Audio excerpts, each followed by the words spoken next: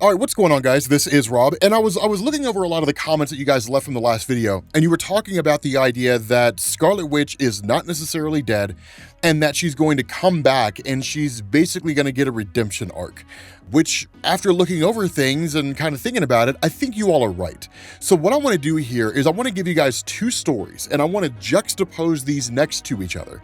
And I want you to really let me know whether or not you really think that's the direction that things are going in, right? So I want you to keep in mind the story of Scarlet Witch as it's unfolded in the MCU so far, from the time she first appeared in a post-credit scene until the events of Doctor Strange 2. And then I'm going to give you the story of Jean Grey from Marvel Comics, up until the Dark Phoenix saga. And then I want you to let me know if you think these two things are basically identical. But before we get into that, Tim wanted to do our brand integration for Native, so I will let Tim handle that, and I will be back to you guys here in a few minutes. What's going on, guys? This is Tim, and I am back. And some of you guys don't think I'm real? That's rude. I'm very real. Absolutely, I'm real. But Rob's out running errands right now. He's mailing off business cards to his staff. So yeah, how did you all like Doctor Strange 2? When we went to go see Doctor Strange 2, he freaked out. When the X-Men theme came on, Rob absolutely lost it. It was pretty wild. But yeah, did you guys like Doctor Strange 2? What'd you think about it? As I understand it, you guys are a little mixed. That's what Rob was saying. He said some of you guys loved it, some of you guys hated it, but yeah. However, there is something cool that I want to show you all. Check this out. So you guys have probably all heard of Native. So they sent us more than we expected. They said they were focusing on deodorant, but they also sent us a body wash, which really smells good. This one's called like ginger lemonade cupcake. We were a little hesitant about it because we didn't want to walk around smelling like cupcakes all day and getting hungry, but it doesn't smell as much like cupcakes as you would think. It smells really like light and airy, and it smells great, but it doesn't smell like vanilla cupcakes, right? So it didn't really make us hungry all that much. But the deodorant is what they wanted us to focus on, right? So normally whenever you guys go to the store, you get like those plastic deodorant bottles and they've got the little spin thing down at the bottom and so on. This is not like that. The one thing to know is because of all their initiatives, they're part of like 1% for the planet. So basically 1% of all of their deodorant sales go towards environmental initiatives, which is really, really cool. But these containers, like these deodorant containers, I don't know what else to call them, are basically hard paper. So literally you use it and then you recycle it. In lieu of having a little spinny thing down here at the bottom, what you get instead is basically a push pop effect. So literally you just press down at the bottom, like this little thing right here. You just press that up and then it pushes up, which is cool. So we thought it was a really, really interesting idea. One of the things they wanted us to clarify, which I think kind of needs to be clarified, is that the deodorant as you get it in this container is basically the same formula, or not really basically, but it is the same formula they use in their normal deodorant. So you don't have to worry about it like wearing off after 12 hours. I know a lot of people are probably worried about that. We were concerned that like we would literally put this deodorant on in the morning, we would go to the gym sometime during the day, and within an hour we'd be walking around smelling like armpits. We didn't have that problem. Having said that, as far as the scents go, lilac and white tea, we're not necessarily the biggest fans of it, but that's largely because, you know, we're not really huge fans of walking around smelling like flowers. It's not a bad scent, it's just not for us.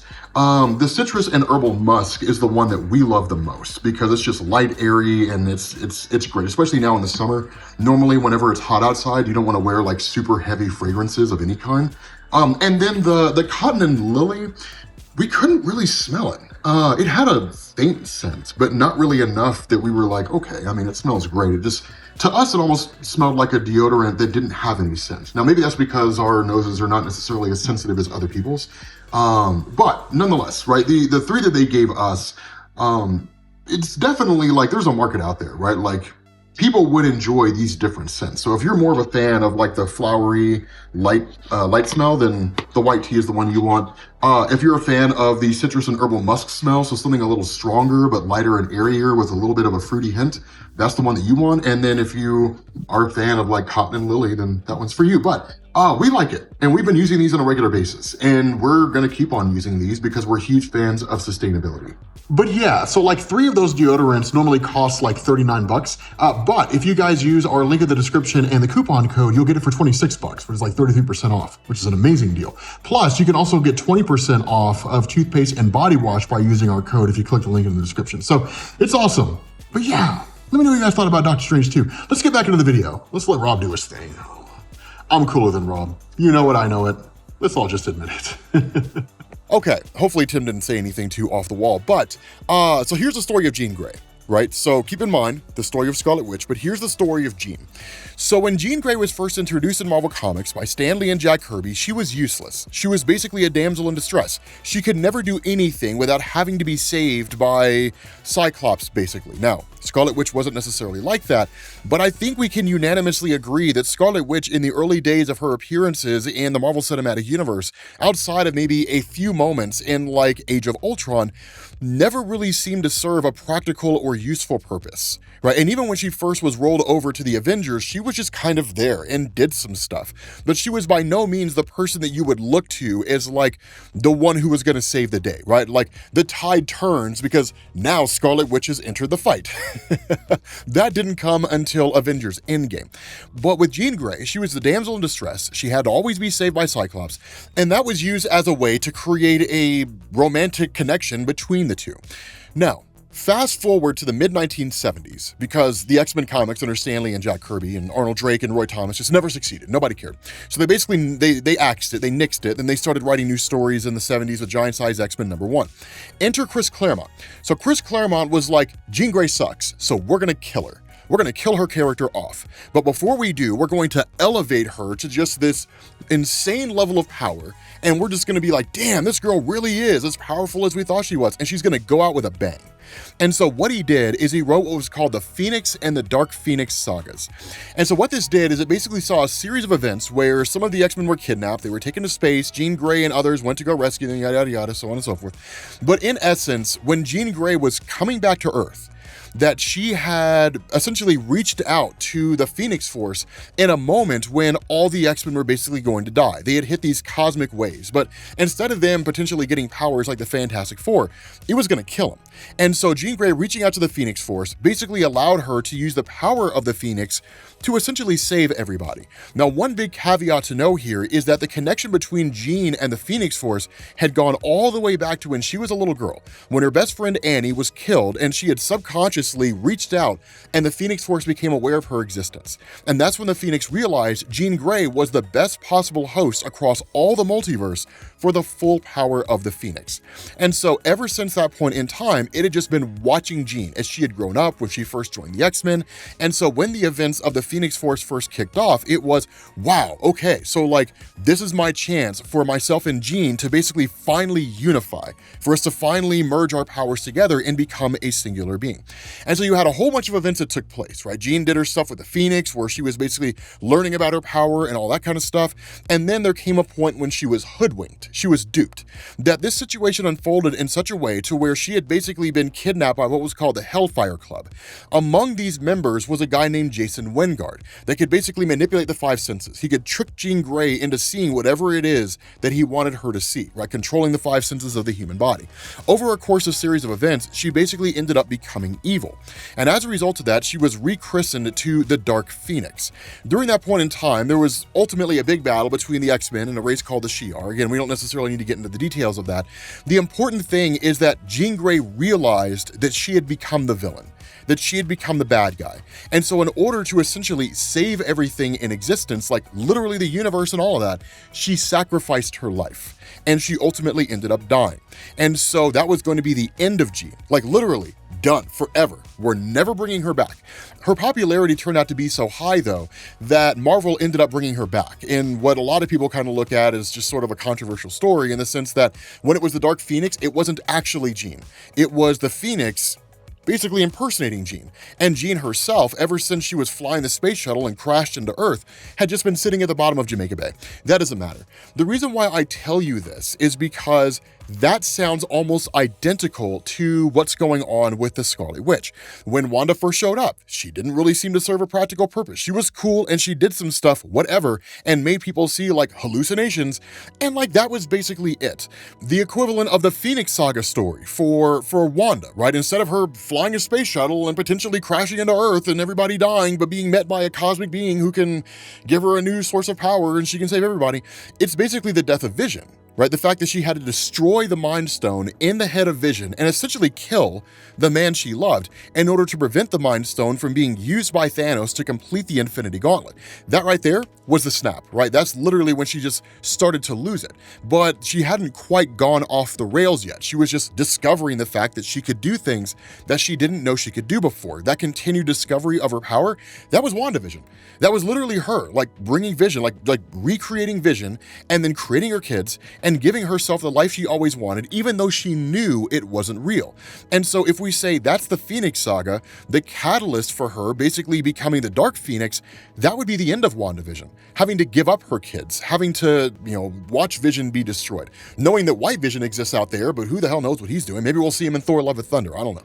But like that's the catalyst, right? The thing that basically made her mind snap, where she essentially went nuts, right? Wanda, over the course of what's going on in Doctor Strange 2, is her equivalent of the Dark Phoenix Saga, becoming just straight up evil, just a pure, straight up evil person, fighting the people that she once considered to be friends, all in some mad quest to achieve a particular goal, which cannot necessarily be achieved. And then coming to the realization, she literally is the villain of her own story, right? She's the bad guy here. It took her kids being terrified of her for her to realize that, but that's her kind of building up to the Dark Phoenix. So the question is, if that's the case, what's her redemption arc, and what's that arc going to look like? Is it going to conclude in the death of, the Scarlet Witch?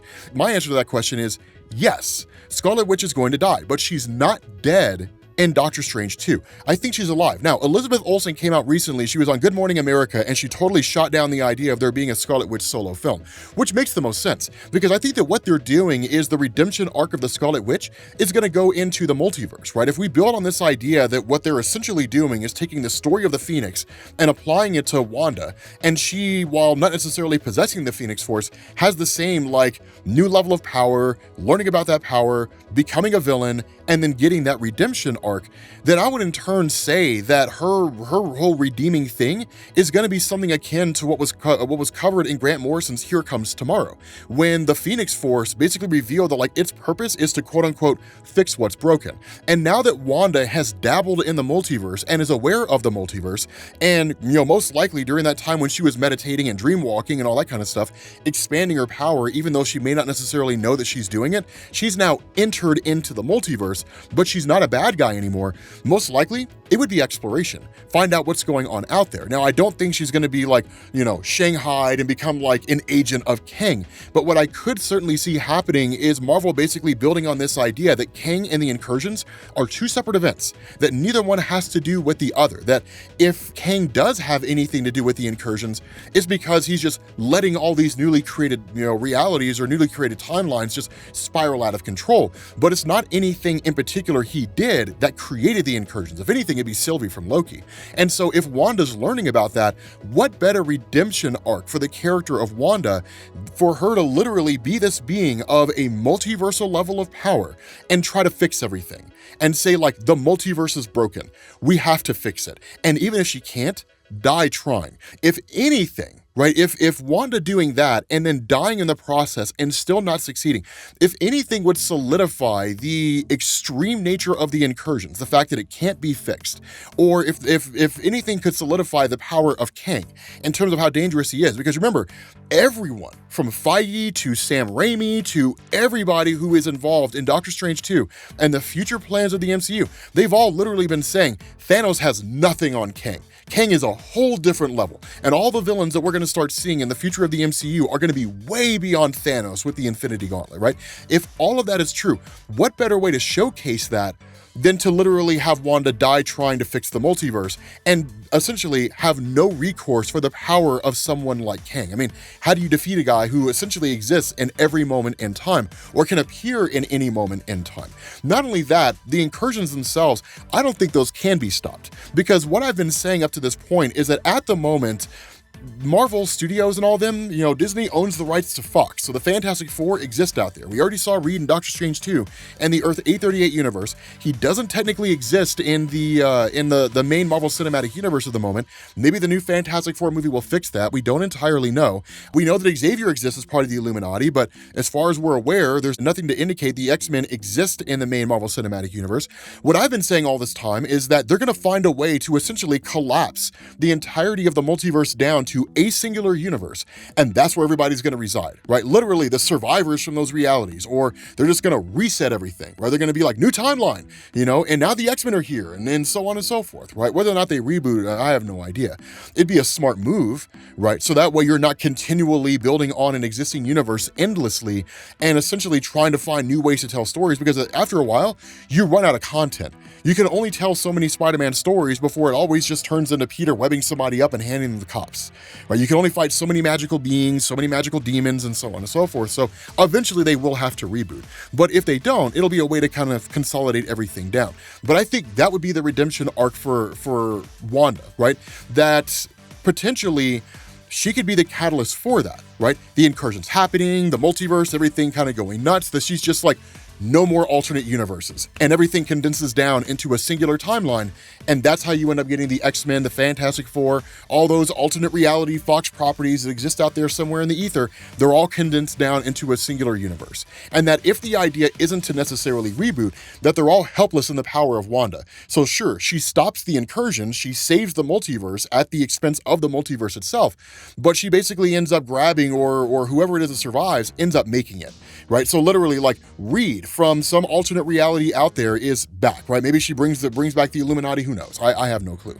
But I could certainly see that being like the final moment, right? The redemption arc of Wanda.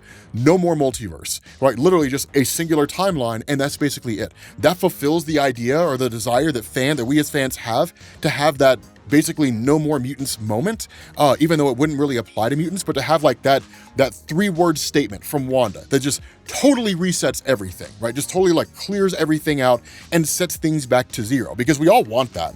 I mean, ideally, it would be Wanda saying, more mutants, but it would seem a little forced to do that, right? It would just kind of come out of nowhere. But to have a moment where Wanda's like, no more multiverse, that would be great. I think it'd be phenomenal. And maybe she dies in the process of doing that, right? Exhausts all of her power to essentially destroy the multiverse and condense it all down to a singular universe. Maybe that's the only way they can defeat Kang, or something along those lines. Who knows? But I think that'll be the redemption arc of Wanda, that she'll be the means by which the incursions and all that stuff come to an end. But let me know what you guys think down in the comment section, right? Do you think that's a legitimate possibility here, or are you just kind of like, she'll probably die fighting Kang? Who knows? I mean, I know the super hardcore comic book fans like me who love Secret Wars probably want to see the Beyonders. I doubt we'll see them, right? Just a little too much even for the MCU. But let me know what you guys think down in the comment section. Thank you all for watching, and I will catch you all later. Peace.